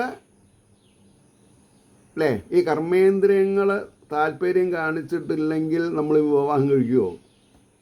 അപ്പം നമ്മൾ രുക്മിണി സ്വയംവരത്തിനെ പ്രതീകമാക്കുക എന്താ, കല്യാണം കഴിയാത്ത ഒരാൾക്ക് കല്യാണം കഴിക്കണം എന്നുള്ളതാണ്, കല്യാണം നടക്കണം എന്നുള്ളതാണ്. അപ്പോൾ തന്നെ അതല്ല ഇവിടുത്തെ സംസാര വിഷയം. കേൾപ്പാൻ ആഗ്രഹം ഉണ്ടാവണം. എന്ത്, രുക്മിണി സ്വയംവരത്തിൻ്റെ തത്വം എന്താണെന്ന് കേൾക്കാൻ ആഗ്രഹിക്കണം. അപ്പോൾ രുക്മിണിയുടെ സഹോദരന്മാർ രുക്മി മുതലായിട്ടുള്ള ആൾക്കാരാണ്, 5 ആൾക്കാരാണ്, 5 സഹോദരന്മാരാണ്. അവർ പഞ്ചേന്ദ്രിയങ്ങളാണ്. അപ്പോൾ ജീവനെ താത്വികമായി ആധ്യാത്മികമായി കൃഷ്ണനിലേക്ക് അടുക്കാൻ സമ്മതിക്കാണ്ട് വൈരുദ്ധ്യങ്ങളിൽ കൂടി അതായത് ഹർഡിൽസ് ഇടുന്ന ആളാണ് രുക്മി മുതലായുള്ള സഹോദരന്മാർ. അപ്പോൾ ഈ കേൾപ്പാൻ ആഗ്രഹമുള്ളത് ആരും ചോദിച്ച് മനസ്സിലാക്കിയില്ല. എല്ലാവർക്കും രുക്മിണി സ്വയംവരത്തിന് നാദസ്വരം ഇല്ലെങ്കിൽ ഞാൻ വരുന്നില്ല എന്നാണ്. അപ്പോൾ പറഞ്ഞാൽ കുറച്ച് ബൂന്തി ലഡു അത് ഉണ്ടാക്കാൻ അറിയില്ല, നമുക്ക് വാങ്ങിയാൽ മതി എന്നാണ്. ചിലവരുണ്ട്, അല്ല അത് അത്ര കോസ്റ്റ്ലി, കമ്മിറ്റിയിൽ കാശില്ല, എന്നാൽ കുറച്ച് പാരീസ് ചോക്ലേറ്റ് വാങ്ങാം. പാരീസ് ചോക്ലേറ്റാണ് എൻ്റെ കുട്ടിക്കാലത്ത്, എന്നാൽ അത് വെതറാന്നാണ്. അതൊന്നും ഭാഗത്തിൽ പറഞ്ഞിട്ട് കേട്ടിട്ടില്ല. ഇപ്പോൾ പാരീസ് ചോക്ലേറ്റും കിട്ടില്ല. ഇപ്പം ഞാൻ അന്നത്തെ കാലത്തെ ആചാരനാണെങ്കിൽ പാരീസ് ചോക്ലേറ്റ് എവിടുന്നാണ് കിട്ടുക? ഇപ്പൊക്കെ ഉല്ലാസ്നഗറിലാണ് ചോക്ലേറ്റൊക്കെ ഉണ്ടാക്കുന്നത്. ബോംബെയിലത്തെ ഒരു സ്ഥലമുണ്ട് ചോക്ലേറ്റ്. നമ്മളൊക്കെ അതൊക്കെ ഫോറിൻ റാപ്പറിലാണ് പൊതിഞ്ഞിട്ടാണ് വരുന്നത്. അപ്പോൾ ഇത് it is a very big story. അപ്പോൾ ശുശ്രൂഷകൾ കേൾപ്പാൻ ആഗ്രഹമുള്ളവർ അപ്പോൾ കൃതികൾ എന്ന് പറഞ്ഞെന്താ, അയ്യോ നമ്മളെന്താ വിചാരിച്ചത്, മനോരമ വീക്കിൽ മനോരമ പിന്നെ പേപ്പറിൻ്റെ ഒരു കൃതിയാണെന്നാണ് വിചാരിച്ചത്. കൃതി എന്ന് പറഞ്ഞാൽ അർത്ഥം മാറി, സുഹൃതം ചെയ്ത ജനങ്ങളെന്നാ. സംസ്കൃതത്തിൽ കൃതികൾ എന്ന് പറഞ്ഞാൽ ഇവിടെ ഈ ശ്ലോകത്തിൽ എന്താണ് അർത്ഥം, സുഹൃതം ചെയ്ത ജനങ്ങൾ. അപ്പോൾ ഞാൻ പോയിട്ട് DC ബുക്സിൻ്റെ കൃതികളുണ്ടോ അത് വെച്ചാൽ അത് അയാൾ സംസ്കൃത പണ്ഡിതനാണ് വിചാരിക്കുക. അയാൾ പറയും ഇവിടെ ആൾക്കാരെ വിൽക്കണില്ല, ഇവിടെ പുസ്തകങ്ങളെ വിൽക്കണുള്ളൂ എന്ന് പറയും. ഇപ്പം എന്താ ഇതിന് വ്യത്യാസം? കേൾക്കുന്നതൊന്ന്, ധരിക്കുന്നതൊന്ന്, അതല്ല സത്യം. ഞാനിത് വളരെ എൻജോയ് ചെയ്തിട്ടാണ് പറഞ്ഞത്. കാരണം ഇത് ഞാൻ എൻജോയ് ചെയ്ത ഒരു കാരണമുണ്ട്. ബോംബെയിൽ എൻ്റെ ചേച്ചി ഇത് കേൾക്കുന്നുണ്ടാവും, പുസ്തകം വെച്ചിട്ട് അവർ കേൾക്കണം, അവരുടെ കയ്യിൽ ഈ പുസ്തകമുണ്ട്. അപ്പോൾ ഞാനിത് പറയാണ്ട് പോയാൽ അതും ബുദ്ധിമുട്ടായി. ചിലതൊക്കെ ഞാൻ ഒമിറ്റ് ചെയ്യും. അല്ലാണ്ട് കാരണം നിങ്ങളാരും ഞാൻ 55 മിനിറ്റ് പറഞ്ഞാൽ 55 മിനിറ്റും കേൾക്കാൻ ആൾക്കാരില്ല എന്ന് ഞാൻ എഴുതിത്തരാം. അത് വിചാരിച്ചിട്ട് എനിക്ക് എൻ്റെ ഒരു ഫ്രീഡം ഉണ്ടല്ലോ എല്ലാറ്റിലും. ഞാൻ പറയേണ്ടത് പറയും, അത്രയേ ഉള്ളൂ. അപ്പോൾ ഇതിൻ്റെ സാരം ആണ് ഇനി പറയണത്. എന്താ സാരം പറഞ്ഞത്? അല്ലയോ ശിഷ്യന്മാരെ, മോക്ഷേച്ഛയുള്ള സജ്ജനങ്ങളെ. അപ്പോൾ ശിഷ്യന്മാരാരാവണം? മോക്ഷം ഇച്ഛിക്കുന്ന ആൾക്കാരായിരിക്കണം. അല്ലാണ്ട് ഫസ്റ്റ് ഫ്ലോർ ഉണ്ട്, ഒരു സെക്കൻഡ് ഫ്ലോർ കൂടി ഉണ്ടാക്കി വാടകയ്ക്ക് കൊടുത്ത് കാശ് ഉണ്ടായിക്കണം വിചാരിച്ചാൽ അതിനിത് പറ്റില്ല.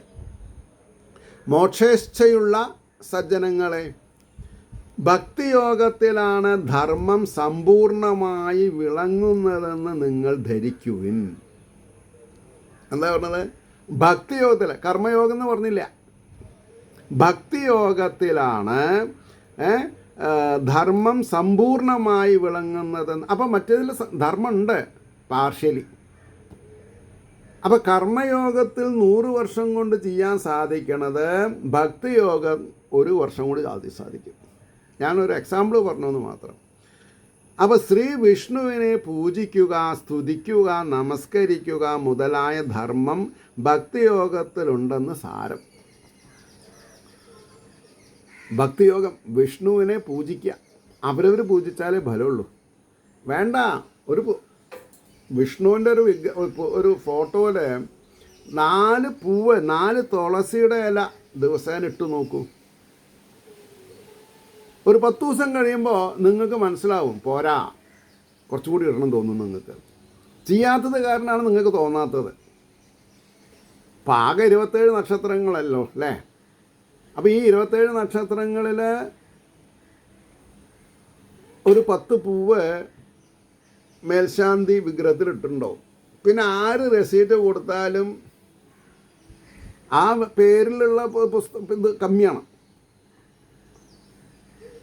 കാരണം അത്രയും സാധിക്കൂ. ഇപ്പോൾ ഗുരുവായൂർ അമ്പലത്തിൽ എത്ര പുഷ്പാഞ്ജലി ചീട്ടാക്കുന്നുണ്ട്? അതൊക്കെ ചെയ്യാൻ പറ്റുമോ? ഇല്ല. അപ്പോൾ നമുക്കൊരു ലോജിക്ക് വേണം. ഇപ്പം നമ്മുടെ വീട്ടിൽ സഹസ്രനാമം ചൊല്ലിയിട്ട് നമുക്ക് അർച്ചിച്ചൂടെ? എത്ര സമയം വേണം? പക്ഷെ ആരെങ്കിലും ഇന്നേ വരെ സഹസ്രനാമം ജപിച്ച് വീട്ടിൽ അർച്ചന ചെയ്തിട്ടുള്ള ആൾക്കാർ എത്രയുണ്ട്? സപ്താഹവേദിയിൽ അത് കാര്യം വേറെ.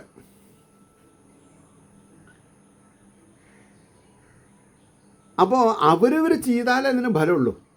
അപ്പോൾ പറഞ്ഞു, ഉച്ചത്തിൽ നാമ കീർത്തനം ചെയ്യുക, ദണ്ഡം പോലെ വീണ് നമസ്കരിക്കുക എന്നിവയിൽ ലജ്ജിക്കാത്തവർ. ഇപ്പോൾ വീട്ടിൽ നമുക്ക് ലജ്ജിക്കേണ്ട ആവശ്യമില്ലല്ലോ. വീട്ടിൽ പൂജാ റൂമിൽ വിളക്ക് വെച്ച് ഉറക്കെ നാമം ചൊല്ലുക, നമസ്കരിക്കുക. എത്ര ആൾക്കാർ ചെയ്തിട്ടുണ്ട്? കഷ്ടമാണ്. എന്ത് കഷ്ടം? ചെയ്യാൻ അതുകൊണ്ടാണ് ചെയ്യാത്തത്. കഷ്ടമായത് കൊണ്ടാണ് ചെയ്യാത്തത്. അപ്പോൾ ഹൃദയത്തിൽ ആനന്ദം സ്ഫുരിക്കുന്ന ദണ്ഡം പോലെ ഭഗവാനെ വീണ് നമസ്കരിച്ച് തുടങ്ങിയാൽ എന്തുണ്ടാവും? ഹൃദയത്തിൽ ആനന്ദം സ്ഫുരിക്കും. അപ്പോൾ കാശ് കൊടുക്കണോ ഇതിന്? ഭഗവാന്റെ നാമങ്ങൾ ഉച്ചത്തിൽ ജപിക്കാൻ നമ്മൾ കാശ് കൊടുക്കണോ? വേണ്ട. നമസ്കരിക്കാൻ കാശ് കൊടുക്കണോ? വേണ്ട. അപ്പോൾ ഒരു 8, 10, 12 വയസ്സിൽ നമസ്കരിച്ച് പഠിച്ചിട്ടുണ്ടെങ്കിൽ മുട്ടും കാലും വേദന വരുമോ? ഇല്ല, വരില്ല. ഇല്ല. ഇതെന്ന് മുതൽക്കാ സ്പെഷ്യലൈസേഷനായത്. ഈ യൂറോപ്യൻ സിസ്റ്റം കക്കൂസിലിരിക്കാൻ യൂറോപ്യൻ സിസ്റ്റം തുടങ്ങിയപ്പോഴാണ് പിന്നെ ഊണ് കഴിക്കുന്നത് നിലത്തിരുന്നിട്ട് പാടില്ല. അത് നമ്മുടെ സമൂഹത്തിൽ നമ്മൾക്കൊരു യോഗ്യത ഇല്ല എന്നൊരു തെറ്റായ കാൽക്കുലേഷൻ മനസ്സിൽ വന്നതോടുകൂടി കസാല സിസ്റ്റമായി. അപ്പോൾ യൂറോപ്യൻ സിസ്റ്റം കസാലയിലിരുന്ന് ഊണികൊണ്ട് വലിയ വ്യത്യാസമുണ്ടോ? അപ്പോൾ മുട്ടുംകാല റീപ്ലേസ്മെൻറ്റ് അതിപ്പോൾ ഒരു MDക്ക് ഒരു സബ്ജക്റ്റാണ്. Master of medicine, surgeon. മുട്ടുംകാലം, എനിക്ക് മുട്ടുംകാലമൊക്കെ എങ്ങനെ വേണമെങ്കിലും ഹാമർ കൊണ്ട് അടിക്കാം, ഇട്ടിക്കാം. മുട്ടുംകാലിൻ്റെ കാര്യമാണ് പറഞ്ഞത്. അപ്പോൾ മുട്ടുംകാലം ഓപ്പറേറ്റ് ചെയ്തവരൊക്കെ, സാറേ ഞെരിയാനയുടെ അവിടെ നീര് വരുന്നുണ്ട്, വേദനയുണ്ട്. അയ്യോ കുട്ടി, I am sorry, you paid 1,70,000 for 1 leg knee cap replacement. മറ്റത് എനിക്ക് പറ്റില്ല സാറേ, തുട വേദനിക്കുന്നുണ്ട്, അതിന് വേറെ ആൾക്കാരെ കാണിക്കും. നെരിയാണി എൻ്റെ അത് ന്യൂറോളജി വല്ലതും. ഇങ്ങനെ എന്താ പറയുക, മനുഷ്യ മനസ്സുകൾക്ക് വൈരുദ്ധ്യങ്ങൾ ഉണ്ടാക്കുന്ന സബ്ജക്റ്റുകളാണതൊക്കെ. അപ്പോൾ ഇവിടെ പറഞ്ഞത് ഹൃദയത്തിൽ ആനന്ദം സ്ഫുരിക്കണോ, ഒരു കുറുക്ക് വഴി പറഞ്ഞു തരാം. ദിവസേന കൃഷ്ണ, രാമ, ഗോവിന്ദ, അച്യുത, ആനന്ദ, ഗോവിന്ദ, അച്യുതാനന്ദ ഗോവിന്ദ, അപ്പോഴേക്കും കാലെന്ന അളവും. അപ്പോൾ നിങ്ങൾക്ക് ഡാൻസ് ചെയ്യാൻ പറ്റി, നിങ്ങൾ രക്ഷപ്പെട്ടു. മുട്ടുംകാല് വേനിക്കില്ല, ഷുഗർ വരില്ല, തൈറോയ്ഡ് വരില്ല, പിന്നെ വേറെന്തോ കൊളസ്ട്രോൾ വരില്ല. കാലൊക്കെ ഒന്ന് അനക്കി രാമകൃഷ്ണ ഗോവിന്ദ, കൃഷ്ണ രാമ ഗോവിന്ദ, സ്പീഡ് കൂട്ടി രാമകൃഷ്ണ ഗോവിന്ദ, കൃഷ്ണ രാമ ഗോവിന്ദ. സ്റ്റിൽ ആകപ്പാട് കൂടിയിട്ട് നിങ്ങൾ വീടൊരു വൃന്ദാവനാക്കി മാറ്റാം. അപ്പോൾ ഇതിൽ താല്പര്യമില്ലാത്തവർ ചിലപ്പോൾ നമ്മളെ പുറത്താക്കിയെന്ന് വരും. അതിന് ഞാൻ ഉത്തരവാദിയല്ല. അവർക്ക് ബുദ്ധി ഇല്ലെങ്കിൽ ഞാൻ എന്ത് ചെയ്യാൻ പറ്റും? അപ്പോൾ ഈ സിനിമ 100-150 റുപ്യയും കൊടുത്ത് 1.5 മണിക്കൂർ സിനിമ കാണുന്നതിനേക്കാൾ ആനന്ദം ഓട്ടോറിക്ഷ ചാർജ് ലാഭം, സിനിമ ടിക്കറ്റിൻ്റെ പോപ്കോൺ വാങ്ങണതിൻ്റെ കാശ് ലാഭം. ആൾക്കാർ രാജേട്ടൻ ഇതൊക്കെ അല്ലെങ്കിൽ പട്ടാമ്പി ഇതൊക്കെ, ഞാനൊരു മനുഷ്യനല്ലേ. അത് പക്ഷെ ഞാൻ അതിൽ ആകൃഷ്ടനല്ല. അതാ പറഞ്ഞത്. ഞാൻ കല്യാണം കഴിഞ്ഞ് പോകുമ്പോൾ 81 നവംബർ 28 തൊട്ട് അഗ്നി ചിറകുകൾ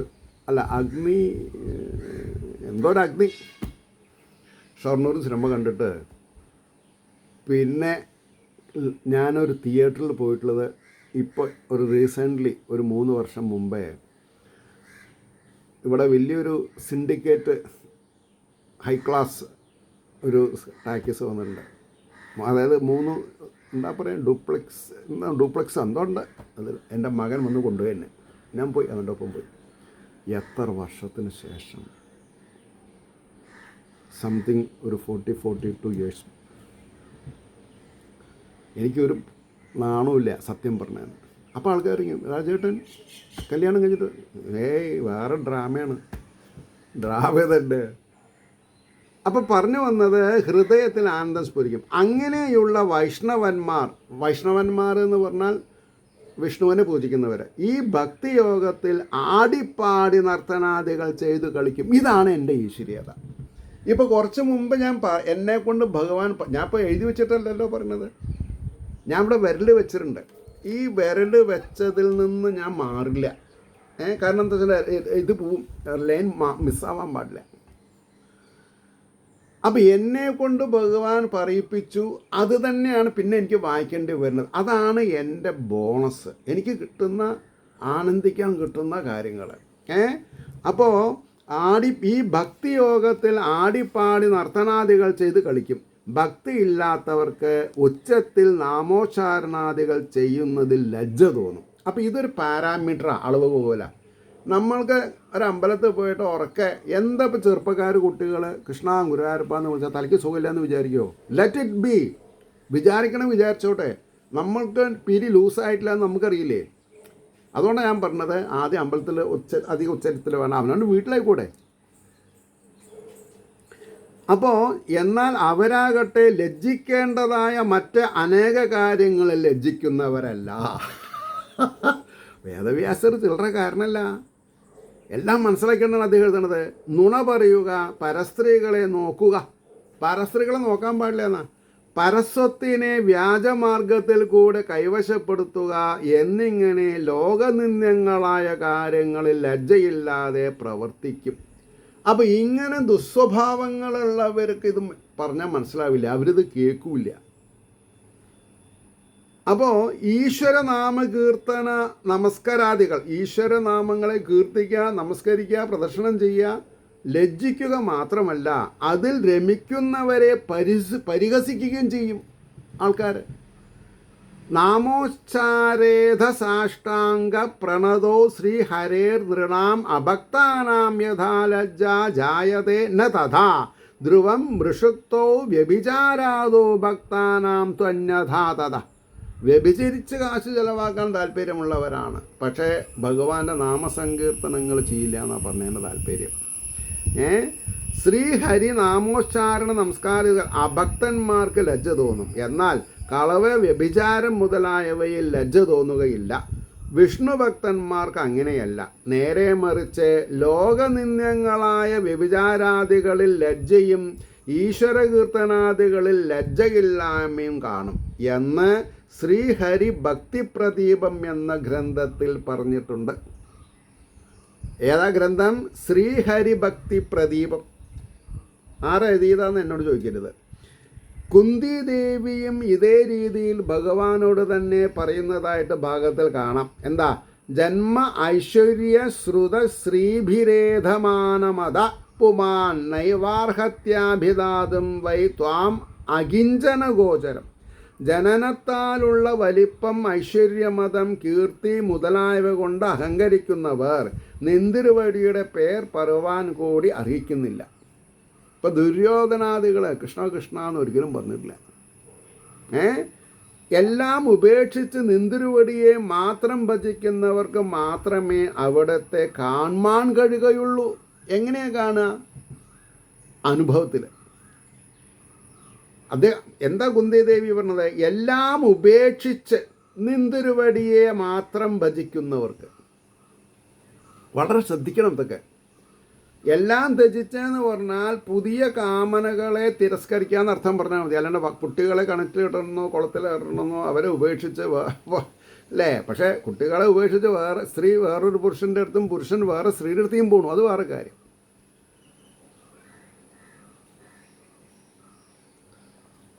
അപ്പോൾ പറഞ്ഞു, പിന്നെ രജസത്വതമോ നിഷ്ഠ രജസത്വതമോ ജുഷ ഉപാസത ഇന്ദ്രമുഖ്യാൻ ദേവാദീന്നധദൈവമാം ഇഷ്ടേഹ ദേവതാ യജ്ഞേർ ഗത്വാ രസ്യാമഹേ ദിവി തസ്യാന്തേ ഇഹ ഭൂയാസ്മ മഹാശാലാം മഹാകുല ഏവം പുഷ്പിതയാ വാചാ വ്യാക്ഷിപ്തമനസാം നൃണാം മാനീനാം ച അതിസ്തബ്ധാനാം മധ്വാർത്ഥാപി ന രോചതേ.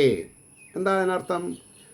രജസത്വ തമോ ഗുണങ്ങളിൽ അകപ്പെട്ട് യാഗാദി കർമ്മങ്ങളുടെ ഫലാനുഭവത്തിനായി രജോ ഗുണവും തമോ ഗുണവും സാത്വിക ഗുണം ഇടകലർത്തിയിട്ടാണ് എന്ത് ചെയ്യണത്? യാഗാദി കർമ്മങ്ങളുടെ ഫലാനുഭവം.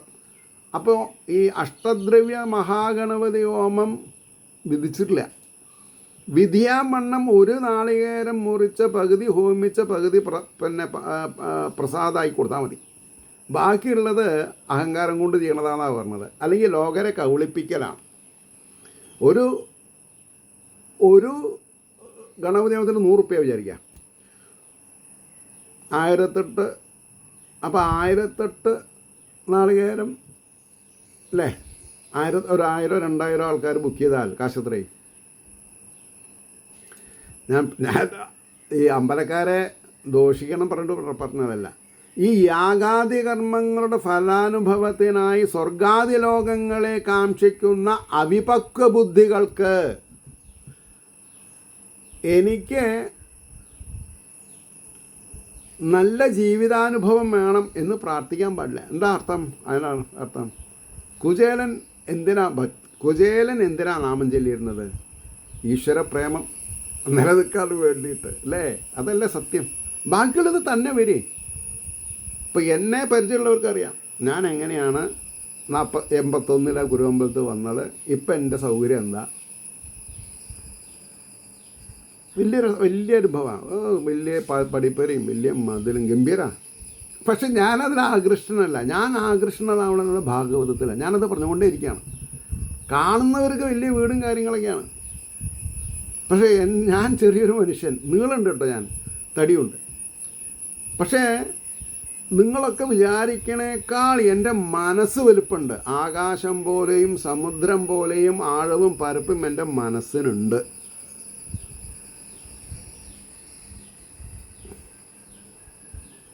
നേരെ വെച്ചാൽ അത്ര വലുപ്പം ഇല്ല എൻ്റെ മനസ്സിനെ വിചാരിക്കുക. ഞാൻ പ്രൊഫഷണലായിട്ട് സപ്താഹത്തിന് പോകുന്നുണ്ടായിരിക്കും. കാരണം എന്താ, എനിക്ക് ഒരു 35,000 എനിക്ക് ആചാര്യദർശനം കിട്ടും ഇപ്പോൾ എൻ്റെ സ്റ്റാൻഡേർഡിന്, എൻ്റെ വാക്ചാതുര്യത്തിന്. പക്ഷെ ഞാൻ ഒരിക്കലും ആ പാപം ചെയ്യില്ല. നിങ്ങളിപ്പോൾ നാളെ എന്നെ 1,00,000 തരാം 7 ദിവസം വരും എന്ന് പറഞ്ഞാൽ ഞാൻ വരില്ല. എനിക്ക് വേണ്ട. I am least worried about it. Go to hell എന്ന് പറയാം ഞാൻ നിങ്ങളുടെ അടുത്ത്. കാരണം എന്താ, ആ പൈസ എനിക്ക് വാഴില്ല. അതിനെ അത് എൻ്റെ ഗുരുനാഥൻ നേരത്തെ കൂട്ടി ജഡ്ജ് ചെയ്തിട്ടുണ്ട്. അപ്പോൾ ഇവിടെ സ്വർഗാദി ലോകങ്ങളെ കാക്ഷിക്കുന്ന അവിപക്ക ബുദ്ധികൾക്ക്, പക്വബുദ്ധികളല്ല, അവിപക്ക ബുദ്ധികൾക്ക് എൻ്റെ നാമം ഉച്ചരിപ്പാൻ പോലും മനസ്സുണ്ടാകുകയില്ല. യാഗാദി പുണ്യകർമ്മഫലം സ്വർഗാദി ലോകങ്ങളിൽ അനുഭവിച്ച ശേഷം മഹാധനികന്മാരും കുലീനന്മാരുമായിട്ട് ഈ ലോകത്തിൽ തന്നെ ജനിച്ച് സ്ത്രീ ആദി സുഖഭോഗങ്ങൾ അനുഭവിക്കണമെന്ന് മാത്രമേ അവരാഗ്രഹിക്കുന്നുള്ളൂ. പൈസ ജാസ്തി വന്നാൽ എന്താ, പഞ്ചനക്ഷത്ര ഹോട്ടലിൽ പോവാം, കുടിച്ച് മതോന്മത്തനായി അന്യപുരുഷന്മാരുടെ ഭാര്യമാരോടുകൂടി ഡാൻസ് ചെയ്യാം. ഇപ്പോൾ വേറൊന്നുണ്ട് അത്ര, ഈ ഭാര്യമാരെ മാറ്റുക. ഒരു രാത്രി ഒരു 10 ആൾ ഭാര്യമാരായിട്ട് വരിക, നമ്പർ കൊടുക്കുക. അങ്ങനെ സമ്പന്നതയുടെ വേറൊരു മുഖമാണത്. നല്ല പൈസ കിട്ടണ ശമ്പളമുള്ള ഈ എന്താണെന്ന് പറയാം IT മേഖലകൾ ശനി ഞായറും കുട്ടികൾ വീട്ടിലെത്തില്ലാന്ന്, പെൺകുട്ടികൾ ബോധമില്ലാണ്ട് കുടിച്ച് ലക്കില്ലാണ്ട് കിടക്കാന്നാണ് പറഞ്ഞത്. അത് ഭാഗവത്തിൽ തന്നെയല്ലേ പറഞ്ഞിട്ടുള്ളൂ ഇപ്പോൾ പറഞ്ഞത്. അപ്പോൾ എന്ന് ഭഗവാൻ തന്നെ ഉദ്ധവരോട് ഉപദേശിക്കുന്നതായിട്ട് ഏകാദശ സ്കന്ധത്തിൽ കാണാം. യാഗാദി കർമ്മഫലങ്ങൾ സ്വർഗാദി ലോകത്തിൽ അനുഭവിക്കുമെന്ന് പറയുന്ന വേദവാക്കുകൾ പുഷ്പത്തിൻ്റെ സ്ഥാനത്തുള്ളവയാണ് വേദത്തിൽ. അപ്പോൾ വേദവാക്കുകളിൽ ചിലതിൽ നമ്മൾ ഭ്രമിക്കരുത്. അവിടെ നിർത്താം, ഞാൻ ക്ഷീണിച്ചു. 1 മണിക്കൂർ കഴിഞ്ഞു. മനസ്സിലായില്ലേ? അപ്പോൾ ഇതിൻ്റെ അർത്ഥം ഇതിലുള്ളതുപോലെ പറഞ്ഞിട്ടില്ലെങ്കിൽ പിന്നെ ഇത് ഞാൻ പണ്ഡിറ്റ് കേസരി ഗോപാലൻ നായർ അദ്ദേഹത്തിൻ്റെ ആഖ്യാനം പറഞ്ഞു എന്ന് ഞാൻ എങ്ങനെയാണ് പറയുക? അപ്പോൾ ഇതൊക്കെ എങ്ങനെ പോകും കുറച്ചുകൂടി. പിന്നെ ചെറിയ ഇതുകൾ വരും. മനസ്സിലായില്ലേ? ഇതിപ്പോൾ ഒരു ദിവസത്തിനും കൂടി ഉണ്ട്. മറ്റത് ആദ്യത്തെ ശ്ലോകത്തിന് 4 ദിവസം പറഞ്ഞാൽ രണ്ടാമത്തെ അർത്ഥത്തിന് 2 ദിവസം കൊണ്ട് അവസാനിപ്പിച്ചു തരാം. ഏവർക്കും ശ്രീഹരിയുടെ അനുഗ്രഹാശിസുകൾ നിർലോഭം ഉണ്ടാവട്ടെ എന്ന് പ്രാർത്ഥിച്ചുകൊണ്ട് വാക്കുകൾ ചുരുക്കുന്നു. നമസ്കാരം. നാളെ കാണാം.